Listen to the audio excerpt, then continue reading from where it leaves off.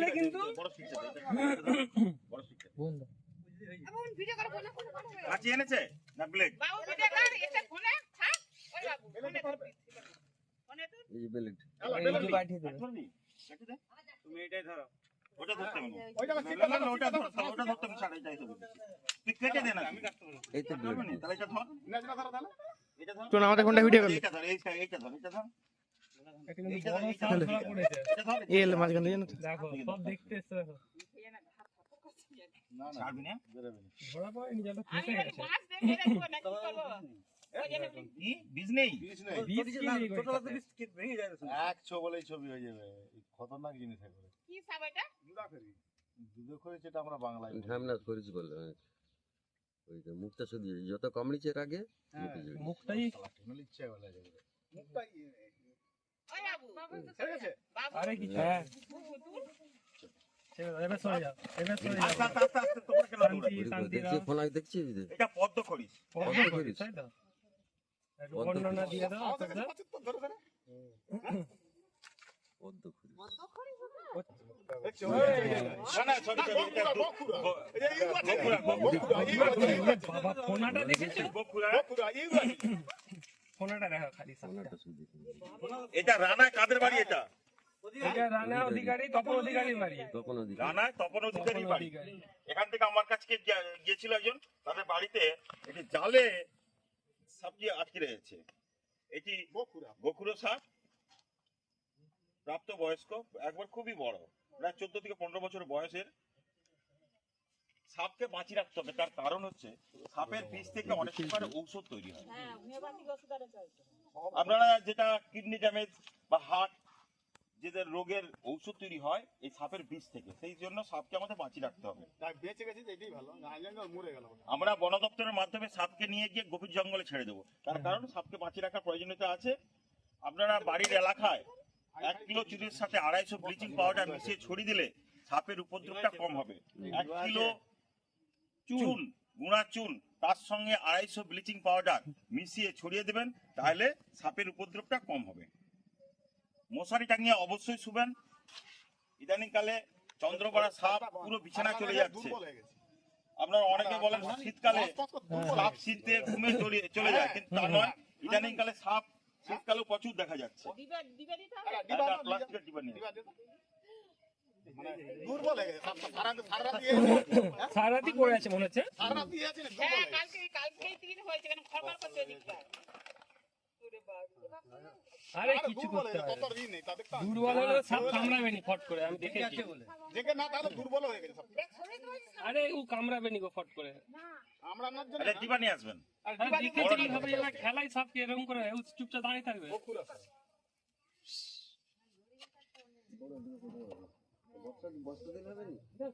না না, বস্তাটা বড় ডিবা চাই।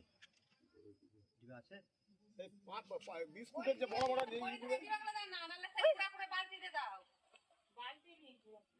ক্লান্ত হয়ে গেছে সবটা হ্যাঁ ছাড়া পেলে এখন ছুটবে, ছাড়া পেলে সবাই ছুটবে বলো তার সেরকম আবার ধরে এরকম করেছিল করেছিল তো এই তো আমি গুণিন হয়ে গেছি। গুণিন কাকে বলে? গুণিন এইসব বলুন আমার দিকে। না আমরা বন দপ্তর থেকে রেঞ্জারের আওতায় আছি, গুণিন ফুনিন বললে খারাপ লাগে শুনতে। না বলছে না কাজ লোক হয়ে গেছে এই যন্ত্রটা ভালো না, একটা সোনাখালি এখন কেউ কাজ করেনি না, সেসব কাজ করেনি। আমরা আমাদের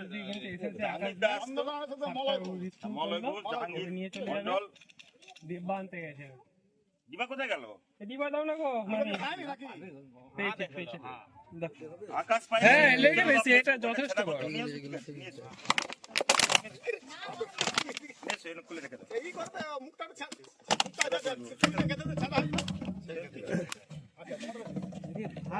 কি করে মারতো আমি বলি মেরে দেবো হ্যাঁ আমি বলি না তারপরে আমি বলি তুমি কাজ করছো না, তাকে ডেকে লে সাথে নিয়ে সে দেখো কি সব কিন্তু বলে যে মারতে হবে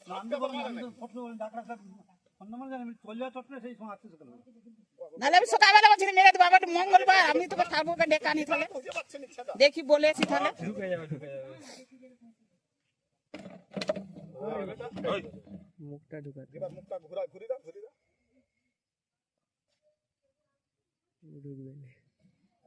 একবার মুখ ঢুকে গেলে না তো ঢুকে যাবে। নাহলে ওই যে লাফাচ্ছে, লাফিয়ে ফোঁস করতো, ক্লান্ত হয়ে গেছে বলে করতে পারে না। ওরে বেটা ঢুকবে না। স্বাদ আসছে নি। সোজা কর, সোজা কর, সোজা কর, সোজা কর। সোজা করে দাও, সোজা করে। দেখো দাও ওটা। ওটাকে চিপে ই করো।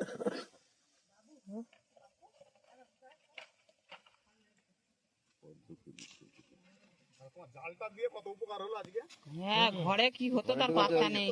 ঠান্ডায় ঘরে ঢোকার চেষ্টা করেছিল, আরে অনেকদিন ঢ্যামনা সাপ পড়েছিল, সে ছিঁড়ে পালিয়ে গেল। ঝামনা সাপ পালিয়ে যায়, সে ছিঁড়ে পালিয়ে গেল ঢ্যামনা সাপ। ঝামনা সাপ জোড়ায় ঝামনা সাপ পালিয়ে যায়। সে জাল অর্ধেক ছিঁড়েলে পালিয়ে গেছে সে। ছিপলেও ছাড়া ঢুকবে। হাঁ করছি দেখি। দাদা ওই নিজে সাদাতে যাওনি কত করে। ওটা কামড়ানোর জন্য হাঁ করে। যা গেছি আর ফস করছে যা, আরে বাবা, তখন আমরা ভয় থরথর করছি আমি। ওই বাইরে ঢুকছে। বাটে নে। ধূপ নিয়ে আসবো জেলে। ভাই সেটা করে কি আছে রে? আরে কিছু দাও না, ছেড়া করে দাও। আচ্ছা, এটা তো পুরো করে দিচ্ছি।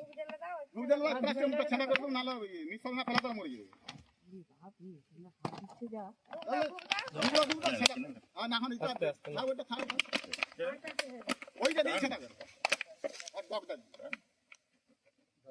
শুয়ে রাখো, মাথা কিন্তু উপর দিকে আছে। কিচ্ছু হবে না, লাফ তুই কাট। শুয়ে রাখো না, নিচে নাও। এই তো আর এই যে। হ্যাঁ। ছেড়া করে দাও, ঠিক আছে?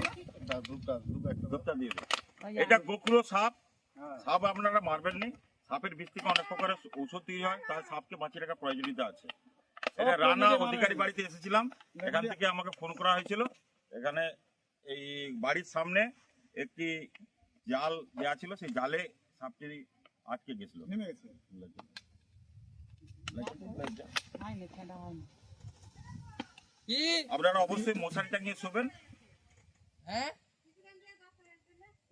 হাটে তো শুনি, তবু তো এই জালটা ছিল বলে করি, তা নাহলে আমার ঘরে ঢুকে আর যেত। নাহলে ঘরে ফেলে দিত। কালকে রাত্রেবেলায় পড়েছে, কিন্তু কোনো দিনটা ফটফট করছে না। পালিয়ে যেত, শীতকাল তো ঘরের ভিতরে ঠান্ডার জন্য হয়তো একটা ব্যাগ দেবে না, কাপড়ের ব্যাগ হোক যাই হোক একটা।